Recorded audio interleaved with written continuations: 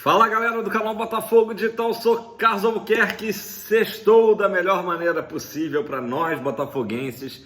Estamos classificados na Libertadores para as oitavas de final e ainda com requintes de felicidade, com uma rodada de antecedência. Quem diria, né? Depois de um início complicado do Botafogo, né?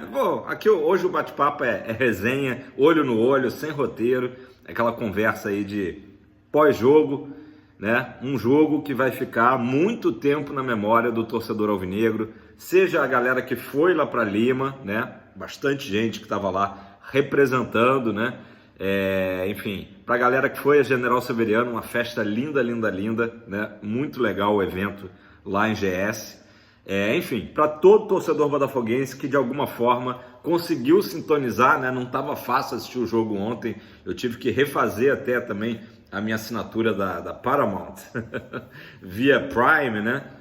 Enfim, o torcedor botafoguense que acompanhou o jogo de ontem, uma vitória aí que, acho que sem exagero, né? Dá para chamar de quase que histórica pelos últimos anos do Botafogo, né? Não diante da história gloriosa do Fogão, mas pelos últimos anos, uma vitória muito relevante, né?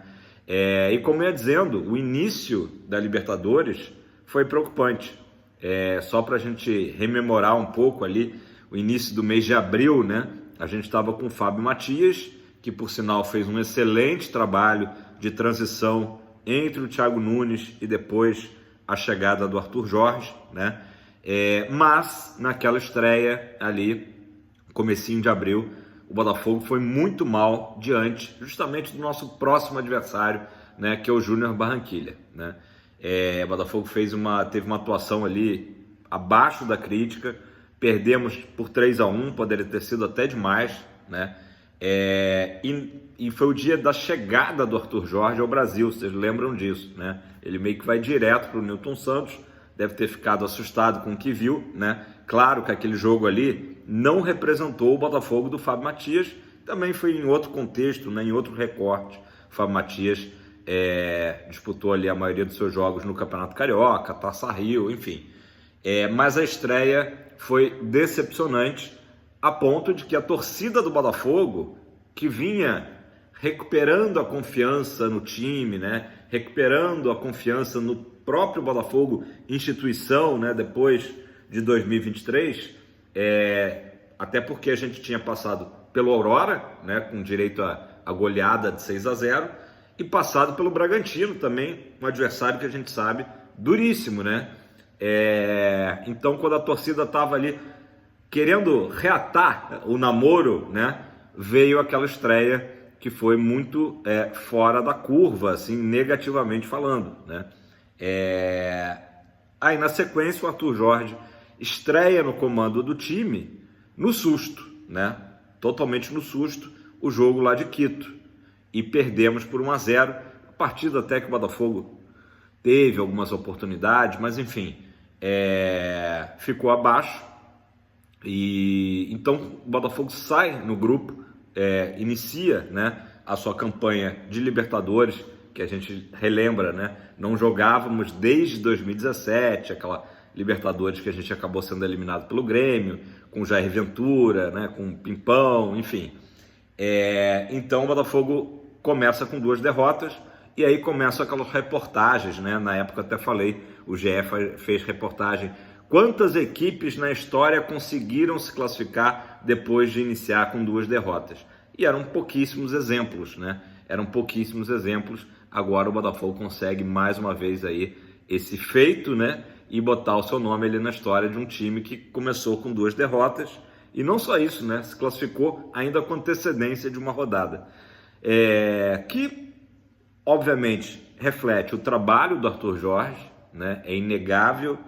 Fica difícil da gente acreditar que, né? É impossível, eu diria, que o Botafogo conseguiria essas 3 vitórias, essa classificação, com algum dos treinadores anteriores, vou pegar o recorte de Lúcio Flávio, do próprio Thiago Nunes e até do próprio Fábio Matias, que é um técnico muito promissor, né? Mas ainda não está pronto. Tanto é que ele segue no Botafogo como auxiliar, né? Ele é um cara que mostrou que tem um valor, mas ainda não tem a experiência, né, do Arthur Jorge. Então estamos todos, eu pelo menos estou, né, posso falar, arturizados, né? O Arthur Jorge é um cara que chega de Portugal com uma bagagem que se não é de anos de experiência, mas formado no Braga, que naturalmente uma escola de grandes treinadores, né? E estamos falando de uma escola de grandes treinadores de Portugal, que tem sido um celeiro de treinadores, não só para o Brasil, né, nos últimos anos, mas para o mundo, né? A escola portuguesa de treinadores é extremamente respeitada, né? Então o Arthur Jorge, por que a gente está arturizado, né? Eu sei que não são todos, tem gente que comenta aqui todo dia e fala: professor Pardal, não sabe nada, tem que escalar fulano e não Beltrano, né? Eu sei disso, mas até porque é difícil, pode chegar aqui o Guardiola, que não vai agradar todo mundo, né? Vai ter sempre alguém para criticar. Então, óbvio que a gente não fica aqui cego de amores, né, pelo Arthur Jorge. A gente critica quando tem que criticar, né? Em alguns momentos ele não foi perfeito, mas temos que lembrar que ele está há pouco tempo, né, à frente do grupo e já entregando muito resultado. O principal deles, que a gente mais precisava, mais queria nesse primeiro semestre, acabou de acontecer ontem à noite, que foi a classificação para as oitavas da Libertadores, né? Essa era a grande meta, né? Antes, claro, eu até comentei aqui, o Fábio Matias tinha conseguido a primeira grande meta, que era classificar o Botafogo para a fase de grupos, né? Toda a bobagem que o Botafogo faz na reta final do ano passado causou do Botafogo ter ficado fora do G4 do Brasileiro e ter que disputar duas fases de pré-Libertadores. Aquilo ali foi terrível. Mas a gente, querendo ou não, né, mesmo muitos anos fora de Libertadores, a gente tinha um exemplo de 2017, em que o Botafogo tinha passado também por essas mesmas fases de classificação antes da fase de grupos. Então a gente tinha um exemplo, digamos, né? Olha, é possível, né? Si se puede. E então, com o Arthur Jorge assumindo a equipe, é um cara que naturalmente a gente percebe, além de ser um estudioso, né? É um cara que os jogadores gostam muito, né? Na própria entrevista que eu citei ontem, né, da esposa do Arthur Jorge, a Maria, né, para a Aline Bordalo, ela fala um pouco disso, né, da relação, da ótima relação entre o Arthur Jorge e os jogadores, e é recíproco ali, né? Dá para ver isso nos olhos do Arthur Jorge, né? Ontem, depois do jogo também, ele foi para a coletiva com o Bastos, né? E enaltecendo o Bastos e dando força. Aliás, para mim, né? Até vou botar na thumb aí, homenagem ao Bastos, que é um cara que eu critiquei lá no início e, enfim, acho que tinha que ser criticado mesmo. Mas o Bastos dando a volta por cima aí, e para mim o maior destaque do jogo ontem, né? Eu já tinha considerado isso antes de ver as estatísticas, né? A Fogostat lá lançou que com 8 interceptações o Bastos passou a ser o zagueiro com mais interceptações na Copa Libertadores, né? Uma atuação realmente muito, muito boa do Bastos, né? Garantiu ali o 0 no placar, né? Do Botafogo não tomar gols do Universitário. Então, assim, ainda falando um pouco do Arthur Jorge, um cara que, além de tudo, ele sai muito fortalecido pela questão também da disciplina, né? A gente teve aquele episódio que foi chato, desagradável, né? Fora de hora, né? Quantas pessoas no comentário assim, só faltava essa, né? Quando viram a notícia do corte do Romero e do Hernandes, né? Mas com essa vitória, com essa classificação, fica provado aí que o Arthur Jorge agiu certo. Claro que não foi a decisão só dele, né? Naturalmente, conversado com a direção, comissão técnica, enfim. Mas, sem dúvida que a palavra do Mister, né, teve muito peso, né? Então, Oscar Romero fez falta ontem? Com certeza fez, né? Acho até que muito mais, tenho certeza, que do próprio Diego Hernandes, que vinha subindo, né, de qualidade. Mas, felizmente, conseguimos vencer mesmo sem esses dois jogadores, e fica aí o recado para os próprios jogadores, né, que não dá, né? Não dá para sair da linha, não dá para quebrar regras, e até exagerando um pouquinho, né? Não dá para desrespeitar a instituição Botafogo, né? Houve esse erro, foram punidos, agora é vida que segue, é bola para frente. Também não sou um cara que fique defendendo, né, a torcida pegar no pé. Olha aí os caras da night, né, os caras da balada, os caras festeiros, mulherengos. Acho que não adianta a gente ficar botando esses rótulos, né? Erraram, pagaram por isso e a vida que segue aí. Obviamente a gente espera que não voltem a cometer, imagino que não voltarão a cometer erros disciplinares, além de servir de exemplo para o restante do grupo, né? E a gente já foi jovem um dia, né? A gente sabe que quando a gente é mais jovem é mais fácil de errar, justamente para o que a gente chama de experiência, né? Experiência a gente vai a cada ano acumulando, né? E conseguindo raciocinar melhor, né? Mesmo diante aí de situações, tentações, enfim. Mas é isso. Então, mais uma vitória também em relação a isso, né? Do Arthur Jorge, no sentido de comando do grupo, né? Ninguém está dizendo aí que tem que ser linha dura e tal, mas tem que mostrar comando, foi justamente o que ele mostrou. Vamos falar um pouquinho do jogo, né? Aliás, antes de falar do jogo, falar rápido de um episódio muito chato, até que o Brownie postou, o Gé eu já vi que também já noticiou, né? Que foram episódios de racismo, né, ali no final do jogo. Eu sei que o ambiente lá do estádio estava hostil. Eu conversei com algumas pessoas que foram ao jogo e narraram justamente isso, né? O estádio estava, se não lotado, né, até pela questão do horário, mas estava muito cheio. A torcida do Universitário foi para tudo ou nada, e isso é que dá até mais importância à vitória do Botafogo, né? Era um tudo ou nada para o Universitário. Se eles ganham, né, o jogo, eles ultrapassam o Botafogo na tabela, e valia a vaga, valia a vida do Universitário, né, no campeonato. Então isso aí ainda engrandece mais a nossa vitória, a nossa classificação. Mas o estádio estava cheio, pressão, né? A torcida do Botafogo ali ficou num cantinho. A própria transmissão do jogo nem mostrou direito, achei que foi até uma falha, né? A torcida do Botafogo durante a partida, acho que até, bom, no gol saí comemorando que nem um louco, mas eu acho que nem no gol, me corrijam aí se eu estiver errado, mostraram a torcida do Botafogo vibrando, mas muita gente foi, né? Eu diria que tinha ali uns 300 torcedores do Botafogo, e a gente sabe o quanto que a logística de Lima não é tão fácil, né? Um voo aí de 5 horas e meia, saindo do Rio de Janeiro, apesar de que tinha torcedores do Botafogo de todo o Brasil, né? De todo o Brasil e às vezes até dos Estados Unidos, né?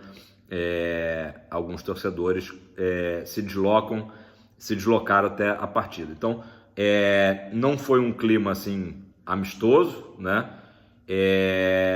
E no final teve esse episódio aí de alguns torcedores, né? O Brownie fala em uns 100 torcedores, enfim, o que dá para ver numa imagem que ele filmou, um torcedor pelo menos imitando um macaco, né? Que é algo inaceitável, né? Não tem como a gente, em hipótese alguma, tolerar, né? Uma atitude de racismo, né? Eu vi pessoas comentando, né, na matéria, mas não tem negros no Peru, ou então só tem louro no Peru, né? A gente sabe que, né, o Peru é formado ali por povos indígenas, né? Maias, enfim. Então é a mesma coisa que a gente chegasse também e falasse alguma coisa da formação étnica, né, dos peruanos. Não tem desculpa, né? Qualquer tipo de comentário, de ato mesmo de racismo é simplesmente inaceitável, né? Inaceitável. E é isso. Então, infelizmente, a Conmebol tem um histórico aí, perdão, de não punir, né? De não punir esse tipo de situação ou punir muito levemente, mas a gente sempre torce que seja apurado, né? E eu queria até trazer aqui um fato histórico, né?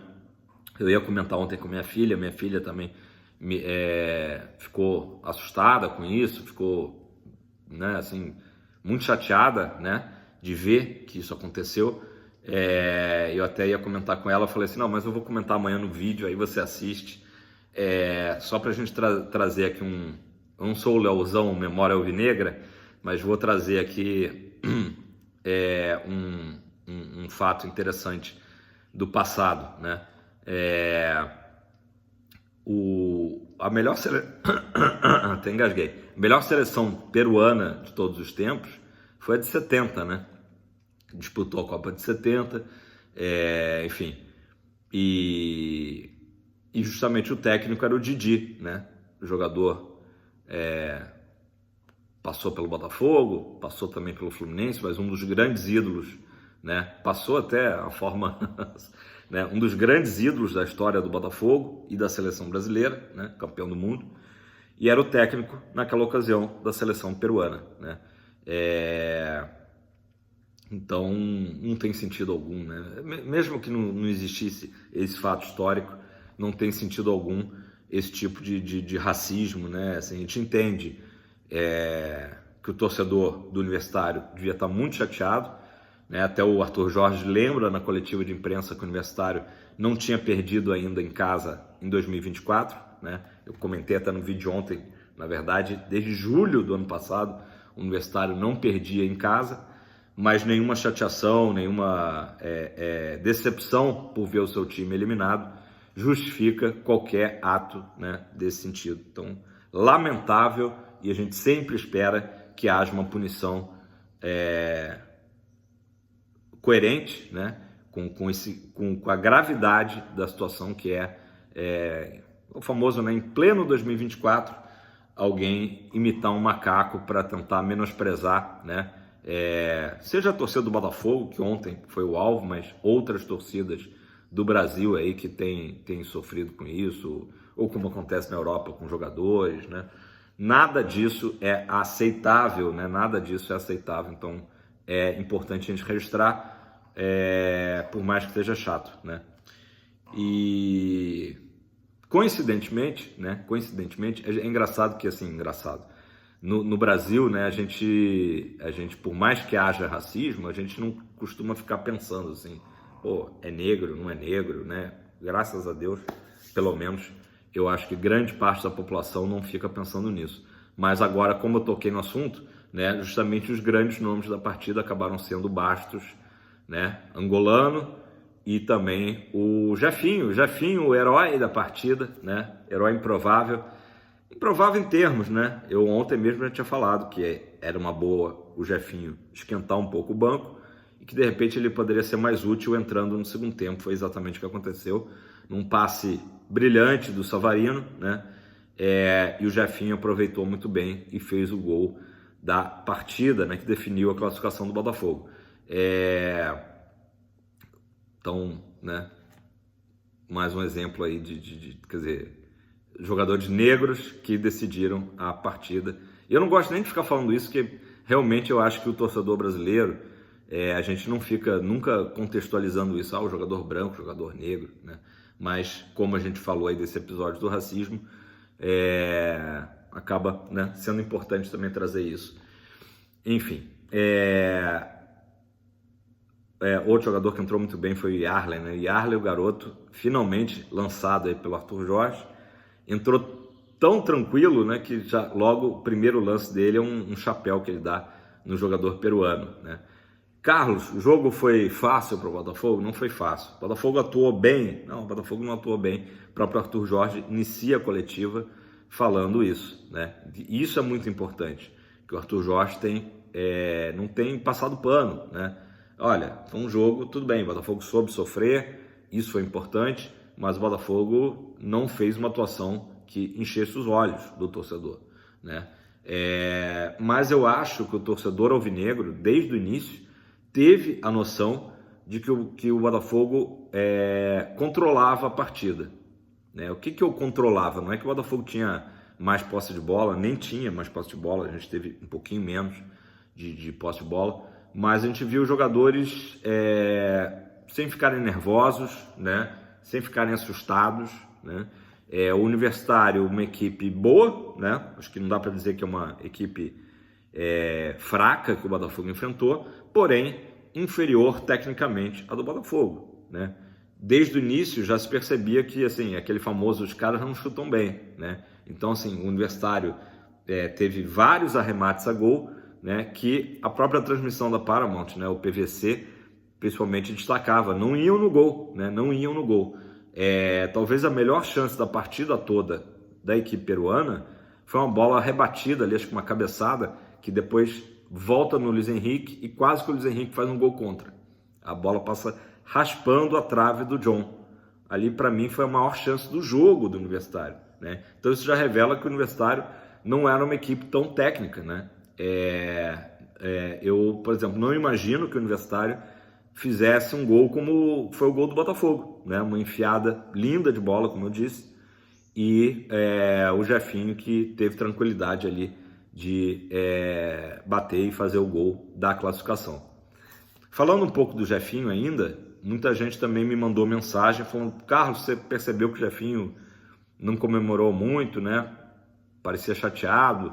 Inclusive eu vi a postagem dele agora de manhã no Instagram, era assim, não vou lembrar a frase, mas alguma coisa tipo: o leão tá ferido, mas não tá morto, uma coisa assim, né? Então a gente vê que o Jefinho ainda tá chateado, né, pelas críticas, muitas críticas que ele tem recebido, né? Teve até um meme recentemente que era comparando ele a um bicho preguiça, né, falando que o Jefinho estava desinteressado. E eu acho assim, também não dá pra gente, porque ele fez o gol, a gente agora apagar as críticas ou apagar as más atuações recentes dele, né? Mas por que eu acreditei, né, e falei até ontem, acho que muita gente também concordou quando eu falei, de que ele poderia ser um cara mais útil entrando no segundo tempo e de repente precisava realmente mexer com ele. Para mim foi o que aconteceu. Ele já entra no jogo, a gente já percebe que ele está com mais vontade ao entrar, né? E essa vontade tinha que existir até quando ele é escalado de titular desde o início, né? Às vezes o jogador não sei, né, relaxa um pouco e essa vontade ele tem que demonstrar sempre. Então ele já mostrou vontade.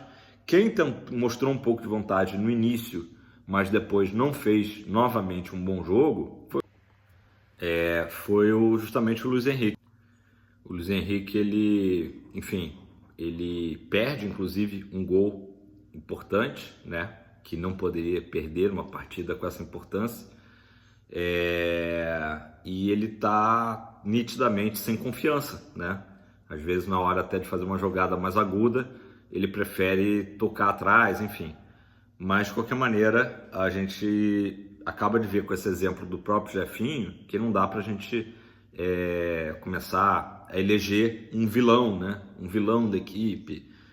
Luiz Henrique, há pouco tempo atrás, fez um golaço contra o próprio Universitário, né, no jogo do Newton Santos, e depois também fez outro belíssimo gol contra o Flamengo, né? Então, a vantagem é que o Botafogo hoje tem um elenco realmente com opções, né? Mas claro que jogadores, né, ainda mais o Luiz Henrique tendo sido aí o grande investimento, né, do futebol brasileiro, da SAF e Botafogo, a gente fica com uma expectativa muito grande e percebe que ele ainda está abaixo do que ele pode render, né? Gente, falando um pouquinho...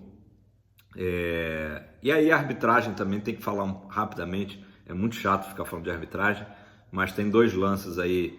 O último, que é uma chegada que o zagueiro dá ali no próprio Jefinho, até o Jefinho sair de campo, né, depois dessa chegada, ainda acho tudo bem, acho que a arbitragem de Libertadores não marcaria ali uma falta, né? Mas o lance que chamou mais atenção foi no primeiro tempo, né? Mais ou menos na metade do primeiro tempo. O Botafogo pouco incomodou o Universitário, teve um chute do Marlon Freitas, que eu me lembro, que passou raspando, e teve esse lance ali na área, em que o jogador do Universitário acabou salvando ali o gol com a mão, né? E até o Textor repostou isso, né? Várias imagens mostram que realmente o jogador do Universitário utilizou de la mano, que não foi de Dios, né, para salvar ali o lance, o que seria provavelmente um gol do Botafogo. e o VAR nem chamou, nem recomendou revisão, né? Mas Carlos, a mão dele ali não era o braço de apoio, né? Só que um braço de apoio que, né, tava longe do corpo, né? Então não dá para o cara também esticar o braço, esticar. Não, é meu braço de apoio, estou me apoiando aqui no chão, né? Ele aumenta, obviamente, que a sua área ali de seu espaço, né, na pequena área, e acaba evitando o que poderia ser o primeiro gol do Botafogo. Então, realmente um lance que merecia revisão, né? Eu acho que até o árbitro da partida, o Garay, poderia ter ido ao VAR e dito, não, continuo com a minha opinião de campo que não foi pênalti. Mas o VAR não ter recomendado foi esquisito, né? E aí, querendo ou não, é mais uma partida, né, a terceira seguida que a gente vê o Botafogo prejudicado por lances polêmicos, né? A primeira foi contra o Bahia, a linha de impedimento pessimamente traçada, né, que coloca o jogador do Botafogo, que estaria em condições, o Damian Soares, em impedimento. O jogo último contra o Fortaleza, aquela bola com o Savarino, que a bola não sai, né? E ao invés do Wilton Pereira Sampaio deixar o lance terminar para depois analisar se saiu ou não saiu, ele interrompe o lance ali. E agora esse lance de pênalti, ou possível pênalti, né? Comenta aí embaixo para você. Foi pênalti, sem clubismo, galera. Foi pênalti, não foi pênalti, né? E, enfim, é mais ou menos como a gente lembra no primeiro jogo. Tudo bem que estava em pé, né? Mas o Hugo também, a bola bate na mão dele e sai o pênalti que começa ali a vitória do Júnior Barranquilla, né? Então, eu imagino que ontem o árbitro e o próprio VAR foram caseiros, né? E não, pelo menos, analisar melhor o lance da mão. Felizmente, não precisamos desse pênalti para vencer o Universitário. Galera, para finalizar aqui, o Botafogo só joga agora quarta-feira lá no Barradão, né? Jogamos a nossa classificação, temos 1-0 de vantagem, não é uma grande vantagem, mas é uma vantagem. Então, acho que vai ser até bom agora para o Arthur Jorge, próprio Tiquinho que está voltando, né? Esse intervalo maior, né, de treinamentos, sem jogos, né? A gente lembra que o nosso jogo contra o Corinthians foi adiado, do Fluminense também, e aí depois o último jogo do grupo lá em Barranquilla. Como eu falei no início do vídeo, o Botafogo precisa vencer para se classificar em primeiro. De qualquer maneira, o grande objetivo que era a classificação foi alcançado. O Botafogo ganhou mais 8 milhões de reais. O Botafogo vem acumulando, já passa dos 32 milhões em premiação. Na Libertadores tem premiação por vitória, né? Então, como o Botafogo veio da pré-Libertadores, até o momento, com esses 8 milhões, o Botafogo já passa de 32 milhões de reais em premiação. Também é outra coisa, obviamente, importante, né, para as finanças do clube. Então, esse jogo aí contra o Júnior Barranquilla, em que a equipe da casa jogará por um empate, né? Mas o melhor é isso. O melhor é a gente ver que o Arthur Jorge, ele sempre responde assim: classificamos, mas não estamos satisfeitos, queremos mais. Acho que esse aí tem que ser o pensamento do novo Botafogo. Galera, ontem foi, né, dia do Botafogo, dia do aniversário do Nilton Santos, seria 99 anos do nosso grande Nilton, né, enciclopédia do futebol, e nada melhor do que comemorar uma grande classificação como essa, improvável classificação no início, né, como eu disse, da nossa caminhada, e muito feliz. Acredito que todos nós estamos hoje com uma sexta-feira leve, né, clima de sextou já desde manhã, se você está assistindo esse vídeo agora na estreia. Então, uma ótima sexta-feira para todos vocês. Comenta aí embaixo se vocês também acharam que o Bastos foi o grande nome, né, do jogo. Um detalhe técnico só: o Danilo tomou o terceiro amarelo, está fora da partida lá de Barranquilla, também não atrapalha muito, né? Comenta aí embaixo, ou então manda um foguinho que seja, para a gente comemorar essa grande classificação aí do Fogão.